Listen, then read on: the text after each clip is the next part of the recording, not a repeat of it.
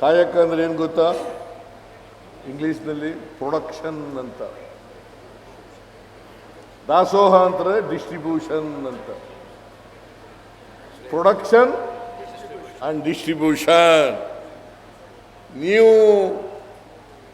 ಕೆಲವರು ಮಾತ್ರ ಕಾಯಕ ಮಾಡೋದು, ಪ್ರೊಡಕ್ಟಿವಿಟಿನಲ್ಲಿ ಭಾಗವಹಿಸೋದು, ಇನ್ನು ಕೆಲವರು ಕೂತ್ಕೊಂಡು ತಿನ್ನೋದು, ಅದಾಗಬಾರ್ದು. ಎಲ್ಲರೂ ಕಾಯಕ ಮಾಡಬೇಕು.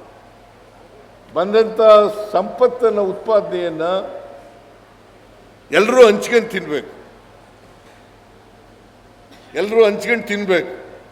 ಅದೇ ಕಾಯಕ ಮತ್ತು ದಾಸೋಹ. ಬರೀ ಭಾಷಣ ಮಾಡೋಕ್ಕೆಲ್ಲ ಇರೋದು.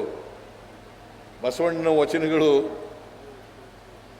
ಅದಕ್ಕೆ ನಾನು ಬಸವಣ್ಣನವರ ಸಾಂಸ್ಕೃತಿಕ ನಾಯಕ.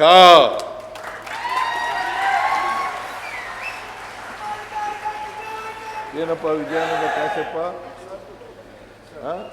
ಯಡಿಯೂರಪ್ಪನವ್ರು ಮಾಡಲಿಲ್ಲ, ಬಸವರಾಜ ಬೊಮ್ಮಾಯಿ ಮಾಡಲಿಲ್ಲ, ನಾನು ಮಾಡಿಸ್ತೀನಿ. ಮತ್ತೆ ನನ್ನನ್ನೇ ದ್ವೇಷಿಸ್ತೀರಿ?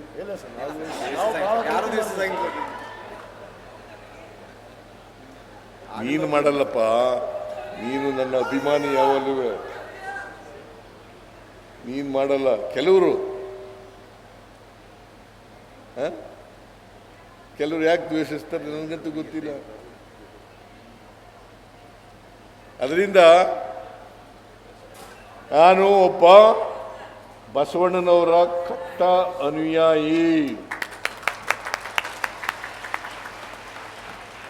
ಬಸವಣ್ಣನವರ ಕಟ್ಟ ಅನುಯಾಯಿ. 2013 ಮೇ 13ನೇ ತಾರೀಕು ಬಸವ ಜಯಂತಿ. ಅವತ್ತೇ ಪ್ರಮಾಣ ವಚನ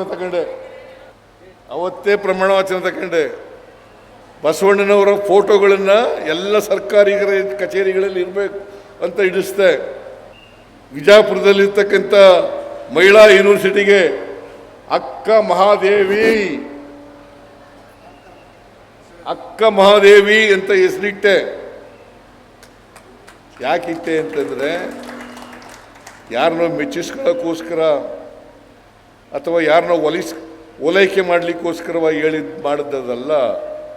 ಇವರು ಜಾತ್ಯತೀತವಾಗಿ ಪ್ರಯತ್ನ ಮಾಡಿದರು. ಜಾತ್ಯತೀತ ಸಮಾಜ ನಿರ್ಮಾಣ ಮಾಡಲಿಕ್ಕೆ ಪ್ರಯತ್ನ ಮಾಡಿದರು. ಸಮಾಜ ನಿರ್ಮಾಣ ಮಾಡಲಿಕ್ಕೆ ಪ್ರಯತ್ನ ಮಾಡಿದರು. ಸಮಾಜ